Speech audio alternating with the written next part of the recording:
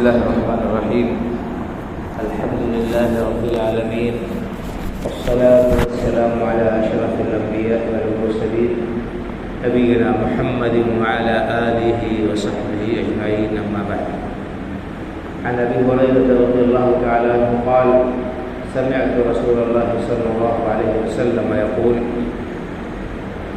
أول ما يحاسب به العبد يوم القيامة من عمله صلاته، فإن صلحت فقد أفلح وأنجح، وإن فسدت فقد خاب وخسر، أو كما قال صلی اللہ علیہ وسلم.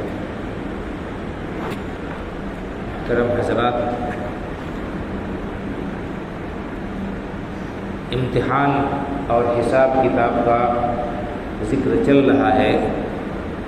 اس میں بتایا گیا کہ ہر شخص کو اس کی قبر میں آزمایا جاتا ہے اور 3 چیزوں کے بارے میں اس سے قبر میں پوچھا جاتا ہے: اس کا رب کون ہے، اس کا دین کیا ہے، اور کون سے نبی اس کی طرف بھیجے گئے.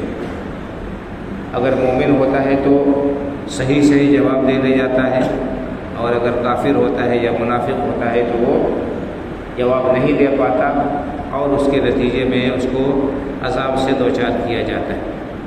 اسی طرح سے دوسری حدیث آپ کے سامنے پڑھی گئی، اس کی شرح کی گئی کہ قیامت کے دن بندے سے 4 چیزوں کے بارے میں سوال ہوگا.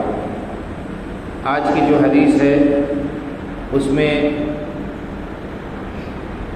اعمال میں سب سے پہلے کس عمل کا حساب ہوگا، کس چیز کے بارے میں پوچھا جائے گا، اس کا تذکرہ. بڑا 4 چیزیں جو انسان نے کی ہیں، یعنی 4 چیزیں جن کے بارے میں پوچھا جائے گا قیامت کے دن، ان میں سے عمل کے بارے میں بھی ہوگا سوال. تو اعمال میں حقوق اللہ میں سب سے پہلے جس چیز کا سوال ہوگا، جس چیز کے بارے میں حساب ہوگا، وہ نماز ہوگی. وہی نماز جس کو ہم لوگ بڑی آسانی سے ضائع کر دیتے ہیں، جس کی اہمیت وہ آج ہم نہیں سمجھتے ہیں. جو نماز بہت سے لوگوں کے لیے بوجھ ہے، یہی نماز قیامت کے دن انسان کے لیے روشنی کا سبب ہوگی.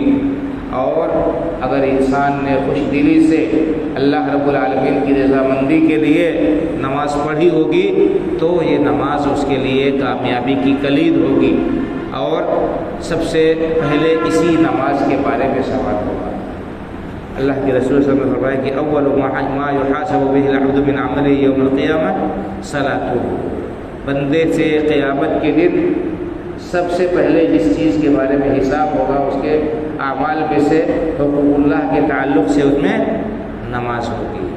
وَإِن صَلَحَتْ فَقَدْ خَابَ وَخَسِرَ فَقَدْ أَفْلَحَ وَأَنجَحَ وَإِن صَلَحَتْ فَقَدْ أَفْلَحَ وَأَنجَحَ. اگر نماز اس کی صحیح ہوئی، نماز درست رہی، اللہ کی بارگاہ میں مقبول ہوئی، تو آگے کا معاملہ آسان ہے، وہ کامیاب ہو جائے گا اور اللہ رب العالمین کی رضامندی کا مستحق ہو جائے گا. لیکن اگر یہ نماز ہی اس کی گڑبڑ نکلی، نماز صحیح نہیں رہی، نماز اس نے نہیں پڑھی، تو کیا ہوگا؟ فقط خاب وخسر. اگر نماز صحیح نہیں رہی، اس میں کوتاہی رہی، تو بڑے گھاٹے کا سودا ہوگا.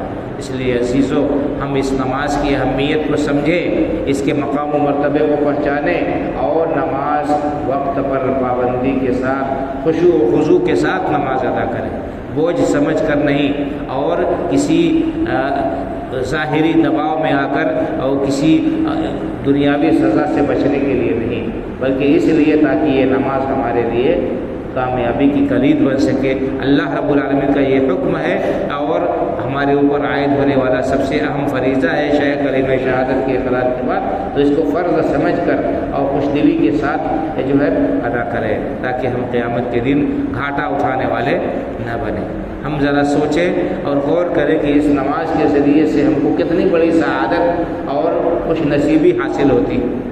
اگر کسی شخص کو یہ کہا جائے کہ بادشاہ کی مجلس میں آپ کو طلب کیا جا رہا ہے اور بادشاہ کے دربار میں آپ کو عزت اور تقریب کے ساتھ بلایا جا رہا ہے، تو کتنے شوق و ذوق سے ہم پہنچیں گے، کتنے ذوق و شوق سے ہم اس مجلس میں جائیں گے اور ہم فخر محسوس کریں گے کہ ہم بادشاہ کے دربار میں ہماری عزت ہے یا ہمارا وہاں سے بلاوا آتا ہے۔ اللہ رب العالمین جو احکم الحاکمین ہے، جو سب سے بڑا بادشاہ ہے، اور وہ ہمیں دعوت دے رہا ہے، اپنے دربار میں اپنی بارگاہ میں ہمیں بلا رہا ہے۔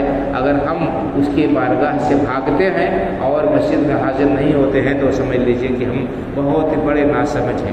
نماز کے تعلق سے بہت ساری باتیں کہی جا چکی ہیں، برابر کہی جاتی ہیں، اور کتابوں میں آپ ان کو پڑھتے ہیں۔ ضرورت اس بات کی ہے کہ ہم اس کی اہمیت کو سمجھیں اور ذوق و شوق کے ساتھ، خوش دلی کے ساتھ نماز میں حاضر ہوں اور خشوع و خضوع کے ساتھ، ارکان کے تعلیل کے ساتھ ہم نماز ادا کریں تاکہ ہماری نماز اللہ کی بارگاہ میں مقبول ہو سکے اور ہم قیامت کے دن خسارہ اٹھانے والوں میں نہ ہوں، ان لوگوں میں سے ہوں جن کے لیے یہ نماز جنت کی طرف لے جانے والی ہو اور جو خوش ہو جائیں۔ اللہ رب العالمین ہمیں اس نماز کی اہمیت کو سمجھنے کی اور وقت پر خوش دلی کے ساتھ، خشوع و خضوع کے ساتھ نماز ادا کرنے کی توفیق عطا فرمائے، اور آخرت کی ناکامی اور خسارے سے ہمیں اپنی پناہ اور حفاظت میں رکھے، ہمیں اپنے کامیاب بندوں میں شامل فرما لے۔ آمین۔ آخر دعوانا الحمدللہ رب العالمین، وصلی اللہ علی نبینا محمد وعلی آلہ وصحبہ اجمعین۔ السلام علیکم ورحمۃ اللہ وبرکاتہ۔